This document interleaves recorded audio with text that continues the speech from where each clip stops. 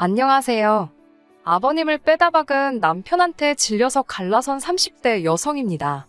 전 도무지 어머님처럼 살 자신이 없었거든요. 초등학교 동창인 남편과 제가 다시 만나게 된 건 동창회에서였습니다. 학교마다 아석이 좋아하는 친구들이 몇몇 있잖아요. 제가 다니던 학교에도 그런 친구들이 있었는데 그 친구들의 주도로 졸업한 지 15년 만에 동창회가 성사되었네요. 다행히 요새는 쉽게 연락을 주고받을 수 있는 수단이 많아서인지 동창회를 하자는 이야기가 나오고 얼마 지나지 않아 바로 모이게 되었지요. 저녁 시간 호프집에서 모였는데 남편 혼자서 멀끔하게 정장을 입고 나왔었어요.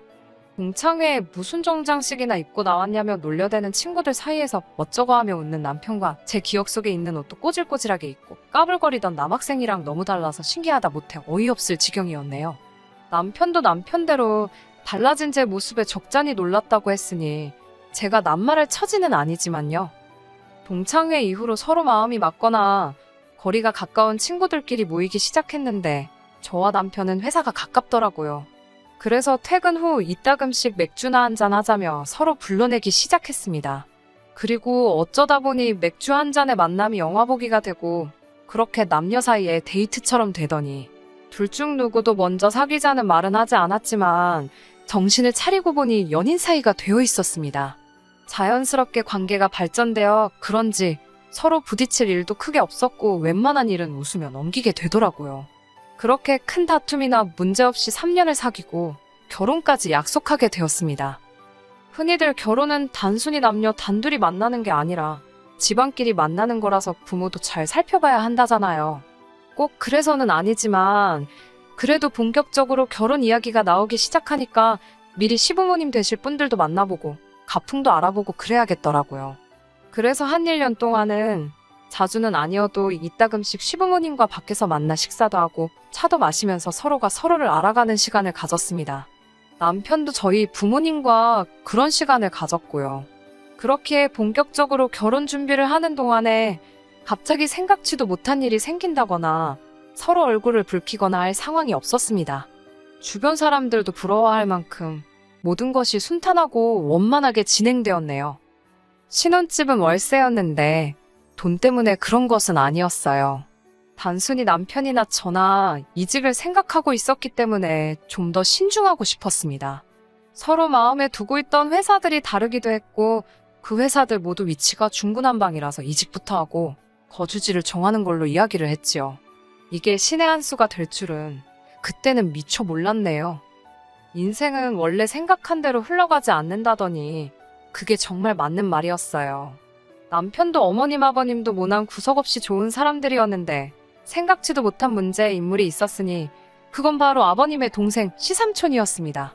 나이 50의 시삼촌은 시할머니와 같이 살고 있었는데 정확히 표현하자면 얹혀 살고 있었어요. 언젠가 술에 취한 아버님께서 이야기하시기를 시삼촌은 젊어서부터 얼굴이 번지르르하니 인물이 좋아서 여자들이 엄청 따랐다나요. 한 번만 만나달라고 애걸복걸하는 여자들이 줄을 섰다는데 그러다 어떤 여자한테 잘못 코가 꿰었답니다. 술 먹고 실수를 했는데 아주 민망한 표현을 하셔서 차마 옮기지는 못하겠네요. 아무튼 그래서 결혼을 하긴 했는데 시삼촌이 다른 여자한테 또 코가 꿰어가지고 얼마 못 살고 이혼했다고요. 듣고 있자니 얼마나 어이가 없고 한심하던지 시삼촌뿐만 아니라 그런 시삼촌을 감싸고 도느라 매번 여자가 추파를 던졌다는 식으로 표현하시는 아버님까지 이상하게 보일 지경이었어요. 아무튼 제가 남편과 결혼했을 당시 시할머님의 연세는 이미 80이 넘었었고 그런 와중에도 시삼촌, 그러니까 50 먹은 아들 뒤치다꺼리를 하며 지내고 계셨습니다. 그런 와중에 시삼촌은 딱히 하는 일까지 없어서 할머님께 돈을 타쓰기도 하고 사정이 여의치 않으면 아버님이 하시는 가게에 와서 장사를 돕겠다며 어슬렁거리고 다니기가 일쑤였어요. 가게에서 그렇게 하루를 보내고는 일당을 내놓으라는 식이었지요. 이제 와서 말이지만 옆에서 이런 시삼촌의 모습을 보고 듣고 겪으니 어떻게 대우를 해드려야 할지 모르겠더군요. 말이 나와서 말인데 꼴보기 싫은 놈은 꼴보기 싫은 짓만 한다더니 어찌나 그렇게 불평불만은 또 많은지 몰라요. 앞서 말씀드렸다시피 저희는 신혼살림을 월세로 시작했습니다. 그렇다 보니 저희 집도 아니고 굳이 집들이를 할 이유를 찾지 못했지요. 그런데 아버님께서는 그건 예의에 어긋난다며 집들이를 꼭 해야 한다셨습니다. 문제는 저나 남편이나 맞벌이를 하다 보니 집에서 음식 준비를 하기는 시간이 여의치 않았어요. 남편과 상의 끝에 집에서 멀지 않은 곳에 위치한 고깃집에서 어른들을 모시고 식사를 하고 이후로 집에 와서 과일이랑 커피를 대접하는 쪽으로 결론을 내렸습니다. 그런데 아버님께 저희가 세운 계획을 말씀드리니 집들이 한다고 불러놓고 식사를 밖에서 하게 하는 법이 어디 있냐며 어른들 데리고 똥개훈련이라도 시킬 셈이냐고 크게 화를 내시더라고요. 오히려 어머님께서는 그럴 수도 있지 뭘 그런 걸 따지냐며 아버님께 핀잔을 주셨지만 별 소용은 없었습니다. 아버님께서 들은 척도 안 하셨거든요. 솔직히 결혼 전에는 항상 밖에서만 뵈서 그런지 아버님이 이렇게 억지를 쓰시고 말도 안 되는 고집을 피우시는 분인 줄은 꿈에도 생각지 못했기에 충격이 이만저만 큰 게 아니었어요. 결국 아버님의 말씀대로 집에서 식사를 대접하는 집들이를 하기로 했습니다. 시부모님뿐만 아니라 시삼촌과 시할머니도 모시고 말이지요. 근데 솔직히 다들 너무한다 싶었습니다. 솔직히 집들이라고 하면 하다못해 휴지든 세제든 뭐 하나 사다 주실 수 있는 거 아닌가요? 네 사람 모두 빈손으로 오셨더군요. 그나마 어머님께서 나중에 필요한데 보태라고 10만 원 제 주머니에 넣어주시긴 했지만 사실 다른 무엇보다 제가 짜증이 났던 건 시삼촌의 지저분하고 매너 없는 행동 때문이었어요. 거실에 상을 펴놓고 남편과 제가 음식을 나르고 있었는데 시삼촌이 그 상 앞에 혼자 앉아서는 음식 맛을 보고 계시더라니까요. 보다 못한 제가 조금만 기다리셨다가 다 같이 시작하자는데 제 말은 들은 채도 안 하대요. 그리고는 오히려 저를 망신이라도 주겠다는 심보인 건지 음식 맛을 트집 잡기 시작하더군요. 이건 짜다, 저건 달다. 저도 정말 짜증이 많이 났었는지 저도 모르게 그러면 드시지 말라고 해버렸습니다. 그렇게 맛이 없어 못 드시겠으면 짜장면 한 그릇 시켜드릴 거냐고 쏴붙였어요. 그러자 어머님께서 제 허벅지를 살짝 꼬집으시며 귓속말로 하시는 말씀이 시할머님한테도 저런다며 신경 쓰지 말랍니다.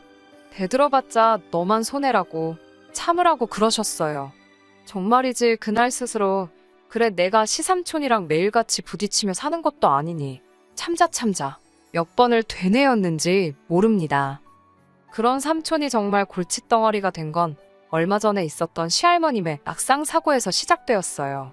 사실 낙상사고가 있기 얼마 전부터 정정하시던 시할머님의 건강은 눈에 보일 정도로 빠르게 나빠지고 있었거든요. 상황이 그렇다 보니 당연히 회복은 더딜 수밖에 없었고요. 그러자 아버님께서는 어머님께 시할머님을 모시고 살자셨던 모양입니다. 문제는 어머님께서 절대로 못한다며 극구반대 아주 결사반대를 하시더라고요. 웬만하면 아버님 뜻에 맞춰주시는 어머님의 성격을 알고 있었기에 그토록 격렬하게 못한다 하시는 어머님이 신기해 보일 지경이었습니다. 그리고 저는 그 이유를 남편으로부터 들을 수 있었어요. 남편이 말하기를 불과 몇 년 전까지 어머님은 시할머님의 호된 시집살이를 겪으셨다고 합니다. 시할머님께서 워낙 목소리도 크시고 정정하신 데다가 아버님께서 무조건 시할머님 편에만 서 있으니 어머님께서 몸고생 마음고생을 많이 하셨다고요. 그러다 시삼촌이 어디서 재산 다 날려먹고 시할머님 댁으로 들어오게 되면서 비로소 분가를 하실 수 있었답니다. 오죽하면 분가하는 날 어머님께서 현관문을 붙들고 엉엉 우셨다고요. 그런 사연이 있었음에도 불구하고 아버님께서는 어머님의 입장은 전혀 고려하지 않으시고 무조건 시할머님을 모시고 와야 한다고 고집을 피우셨어요. 결국 어머님께서 딱 한 가지 조건을 내거셨습니다. 지금 시할머님이 살고 계신 집을 정리하고 어머님 아버님이 사시는 집도 팔아서 그 돈으로 더 큰 평수의 아파트든 어디로든 이사를 가자고요. 최소한 숨통 트일 공간을 마련해주면 다시 한번 모셔보겠다 하신 거지요. 참고로 이야기하자면 사실 지금 어머님 아버님이 사시는 집은 작은 편입니다. 두 분은 지어진 지 32년이 넘은 아파트에 살고 계셨는데 방 하나, 거실 하나가 전부였지요. 하지만 어머님이 내건 조건에 아버님께서는 난색을 표하셨어요. 시할머님 댁을 팔면 시삼촌은 어디 가서 사느냐는 거였지요. 심지어 시할머님까지도 당신 집을 팔면 불쌍한 시삼촌한테 돈을 줘야 한다는 소리를 하셨답니다. 어머님 입장에선 솔직히 얼마나 서운하고 속상하셨겠어요? 참다 못한 어머님께선 그럼 시삼촌이 시할머님 모시게 하라고 이제껏 무전취식하며 얹혀 살았으니 자식 노릇은 해야 할 것 아니냐고 아버님께 따지고 드셨대요. 여담이지만 저 또한 어머님의 말씀이 틀리지 않았다 생각합니다. 하지만 아버님께선 당신 동생이 할 줄 아는 게 뭐가 있냐고 라면밖에 더 끓이냐면서 어머님더러 사람이 왜 이렇게 돈밖에 모르냐는 식으로 마치 어머님이 시할머님의 재산만 탐내는 파렴치한으로 몰고 가는 듯했어요. 뿐만 아니라 싫다는 어머님께 계속해서 시할머님을 모시고 살 것을 강요하시대요.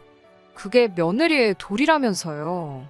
뿐만 아니라 아버님께서는 저희에게도 전화를 걸어 어머님을 설득하라고 보채시기까지 했어요. 그러다 하루는 아버님이 어머님과 상의도 없이 시할머님의 짐 일부를 어머님 아버님이 사시는 집으로 들고 오셨답니다. 그러고선 어머님께 통보하듯 말하기가 지금 두 분이 쓰시는 방을 시할머님께 내드리고 두 분은 거실을 쓰자시더래요. 어차피 거실에서 TV밖에 더 보냐면서 시할머님은 방에만 계실 테니 불편할 거 하나 없다면서요. 가족끼리 조금 참고 배려하며 살자셨다고요. 이런 아버님의 변하지 않는 태도에 어머님도 더는 참을 수 없으셨던 모양입니다. 하루는 시할머님을 제외한 온 가족이 모인 식사 자리에서 이번에 당신이 시할머님을 모시게 되면 그 길로 집을 나가겠다는 소리까지 하시더라고요. 그런데 그 말씀하시는 태도가 어찌나 강경하던지 거의 무슨 독립선언이라도 듣는 것 같았다니까요. 하지만 애석하게도 그 자리에서 어머님의 굳센 다짐을 귀담아 들은 사람은 저 하나뿐인 듯 했습니다. 그런 일이 있고 일주일 정도의 시간이 지났을 무렵이었습니다. 아버님은 어머님의 그런 이야기에도 꿈쩍 않고 아버님 어머님이 사시던 아파트에 조금씩 할머니의 짐을 옮겨다 두셨던 모양이에요.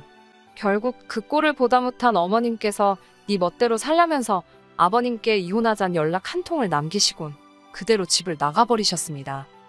불이 발등에 떨어지고 나서야 뜨거운 줄 아셨는지 아버님께서는 어머님이 집을 나가셨다는 사실을 눈치채시곤 다짜고짜 저더러 어머님을 찾아오라셨어요. 회사도 가지 말고 어머님 일이 어떻게 된 건지 그것만 연구하라나요? 제가 무슨 형사도 아니고 작정하고 나가신 분을 무슨 수로 찾냐고 하소연을 하니 그런 것도 다 며느리가 하는 일이랍니다. 더 어이가 없었던 건 남편의 반응이었습니다. 남편은 어머님이 가시면 어딜 가셨겠냐며 때 되면 돌아오실 거라고 시큰둥한 반응을 보였어요. 이런 남자였나 싶을 정도로 사람이 달리 보이더군요. 그런 와중에 저는 혹시나 하는 마음으로 어머님께 매일같이 전화를 드렸어요. 아버님이 꼴 보기 싫으신 거면 저한테라도 잘 계신 건지만 알려달라 문자도 남겨두었고요. 그렇게 어머님과 연락이 닿았습니다. 어머님께서는 당신은 잘 있다며 저더러 어른들이랑 남편 전부 다 잘 챙기라셨지요. 솔직히 이때는 어머님이 걱정되면서도 야속하게 느껴지더라고요. 그런 와중에 아버님께서 저를 급히 찾으셨습니다. 아버님께선 기껏 저를 불러놓고 하신다는 말씀이 이게 다 네 시삼촌이 혼자라서 벌어진 일이랍니다. 마누라 하나만 잘 얻었어도 네 시애미가 저렇게 앓는 소리 하지도 않았을 거라면서 이런 이야기를 저한테 왜 하시나 싶어서 아무 말하지 않고 아버님이 하시는 말씀만 가만히 듣고 있었어요. 그때 아버님께서 그래서 말인데 시삼촌한테 좋은 여자 하나 소개 좀 시켜주랍니다. 저는 난색을 표했어요. 시삼촌 나이가 50이신데 제 주변엔 그 정도 나이대에 혼자인 여자분은 없다고요. 그러자 아버님께선 무슨 소리를 하는 거냐며 누가 그렇게 나이 먹은 여자를 소개하면 좋다 하냐입니다. 그러면서 저더러 친구 없냐고 물어보시는 거예요. 전 솔직히 아버님이 처음에 장난하시는 줄 알았네요. 없다고 웃으며 대답하니 똑바로 생각 좀 해보랍니다. 제 친구들 다 시집간 거 맞냐며 결혼식에 온 친구들 중에 괜찮은 사람 없냐고 계속해서 집요하게 물어보시더라고요. 저도 결국 너무 짜증나고 하도 나서 아직 시집 안 간 친구들이 있어도 그런 자리는 주선 못한다 했습니다. 아버님이 어디 가서 알아다 소개하시던지 그러라고 저는 못한다고요. 그러자 아버님께선 저 때문에 시부모가 이혼하면 좋겠냐고 오히려 저를 못된 며느리처럼 만드셨습니다. 아니, 두 분이서 이혼하시는 게 왜 저 때문이냐고 제 핑계대지 마시라고 저도 지지 않고 받아쳤네요. 그렇게 아버님과의 한바탕 말다툼을 하고 집에 돌아왔습니다. 그새 아버님께 무슨 이야기라도 들은 건지 언짢은 표정의 남편이 저를 기다리고 있더군요. 남편이 저더러 너는 말을 그렇게 밖에 못하냐며 시비를 걸어오길래 말 시키지 말라고 짜증나서 나도 지금 폭발하기 직전이라고 경고를 했습니다. 정말이지 남편까지 제 편이 아니라 아버님 편이라면 그냥은 못 넘어갈 것 같았거든요.